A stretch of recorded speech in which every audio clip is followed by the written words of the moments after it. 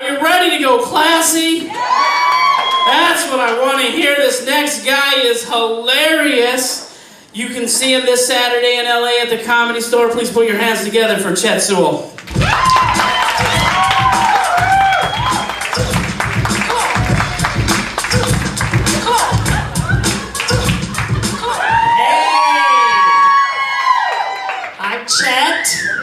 That's Chet with a T, and they do have me on the classy side. But I don't know, I think I'm a little trashy too, so I'm gonna go somewhere in the middle and I'm gonna be clashy. I feel really good, woo! I've got on my favorite pair of jeans, woo! They're hand-me-downs. I got them from my BBFFF, that's my best big fag friend forever, who is a major clothes horse. And he was going through his closets one day, and he said, you know, I don't wear these anymore, do you wanna? And I tried them on, and I'm like looking in the mirror, yeah, these are really nice, I love them, thanks. They're Levi's, the original. And I had them for about 6 months when I noticed that there was no size here on the back. There's a W for waist and an L for length, but no 30-32, no 29-32. So I'm looking on the inside tag, and there it is. Size 9, junior miss. Well, I had two reactions to this. The first was the next time I saw my BBFFF, I slugged him for letting me run around in girls' jeans for 6 months and not telling me. And the second reaction I had was, I'm a size 9 junior miss!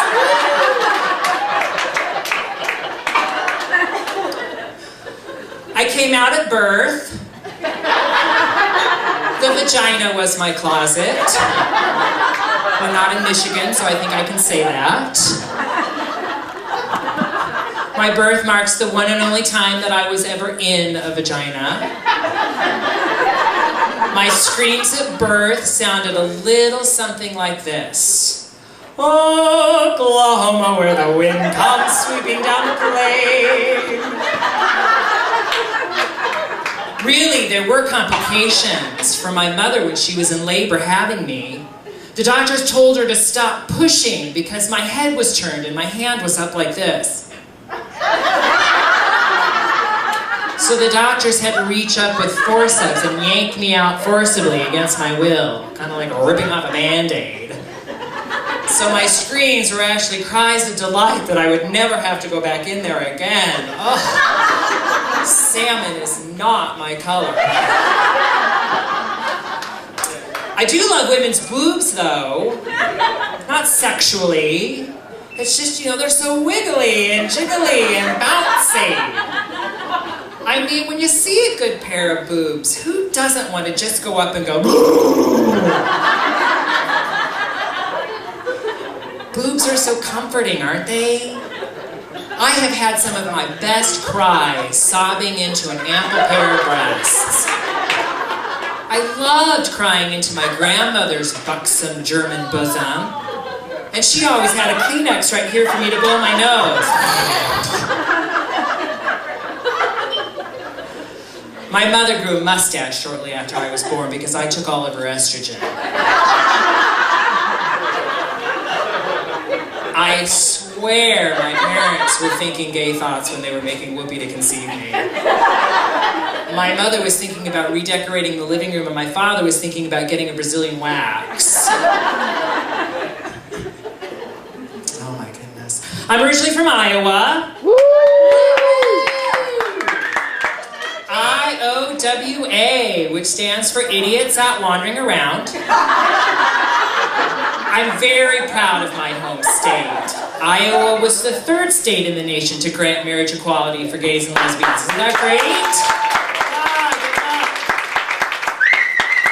So the 2 gay people living in Iowa can finally get married.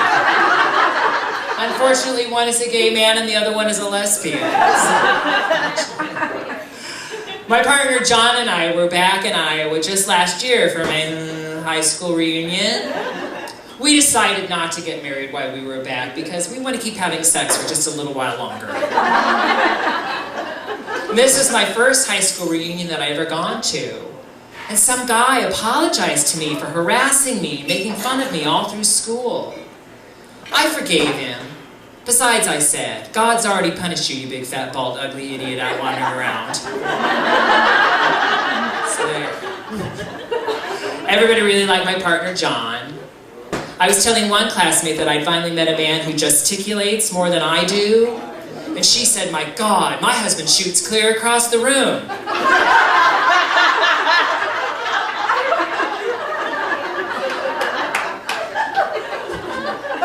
We sang karaoke. Of course, I sang, Dancing Queen! My goodness, after hitting all of those high notes, my gonads moved up and became my breasts. You can take the gay boy out of the tall corn state, but you can't take the corn cob out of the gay boy.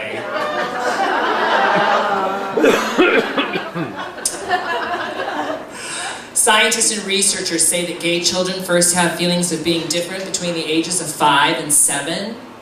I was 4. I was gifted and talented. When I was 4, I told my mom I wanted to be a queen.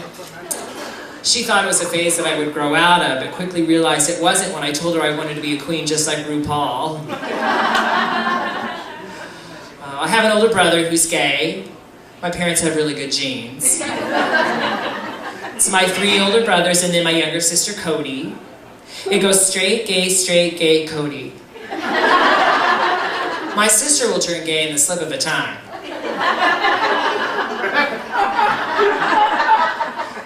My brother was gifted and talented too. When he was 4, he told my mother that he wanted to be a mommy. She said, sweetheart, you can't be a mommy. He thought about it for a minute and then said, okay, then I'll just be Liza Minnelli. And he is, every Halloween. Both my brother and I were born with HIV. Homosexually inflected voice. I swear my parents were psychic. They knew that I was going to be gay. Chet is actually my middle name. My first name is Stacy. Oh my God, my parents named me Stacy. Not only did they know that I was going to be gay, but they knew that I would suffer from homosexually inflected voice. Stacy Chet Sewell.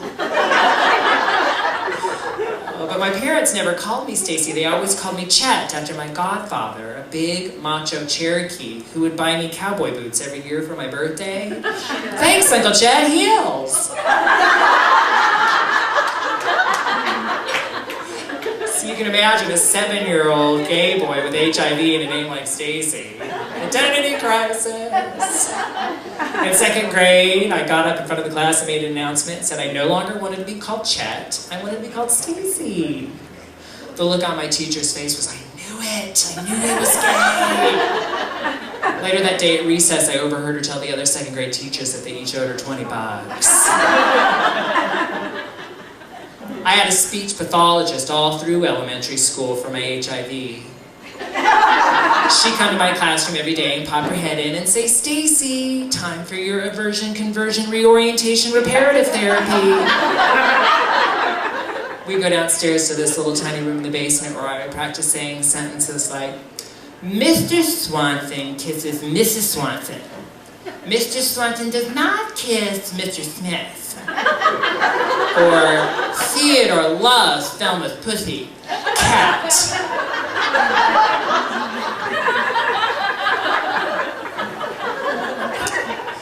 I was a swimmer in high school, which I loved because it gave me an excuse to shave. You know, being hairless causes less drag, which is so funny because I was shaving in order to do more drag. I'm still shaving. Oh my God, I'm obsessed with being hairless. I'm constantly plucking and tweezing and waxing. My penis looks like a hairless Chinese crested. That's a breed of dog. A large breed of dog. I really have tried everything that I can to be more masculine. After college, I tried to join the military to butch me up, but the Army's don't ask, don't tell policy was in place, and the recruiters didn't need to ask. They could just tell. I'm a teacher.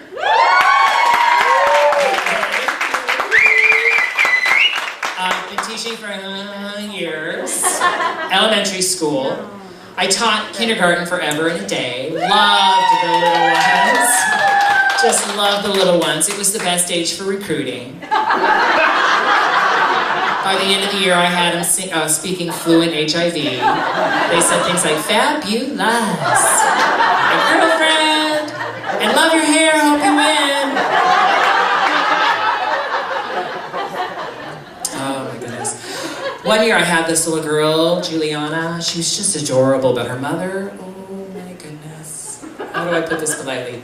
She liked to show off what God gave her, and her God was a board-certified plastic surgeon.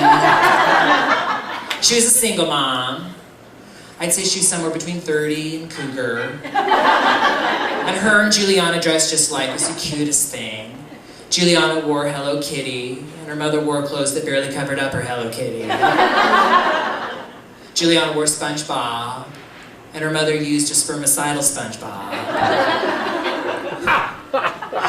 But the best part is February, because as a kindergarten teacher, your hard work is finally paying off. The kids are reading, they're writing wonderful little stories, and it's our patriotic month because of President's Day. So we learn all about George Washington and Abraham Lincoln, the Stars and the Stripes, America the Beautiful.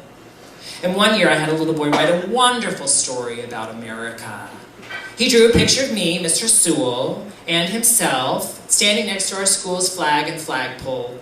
And he wrote, "We see the big fag." Yes, little Marco, you do.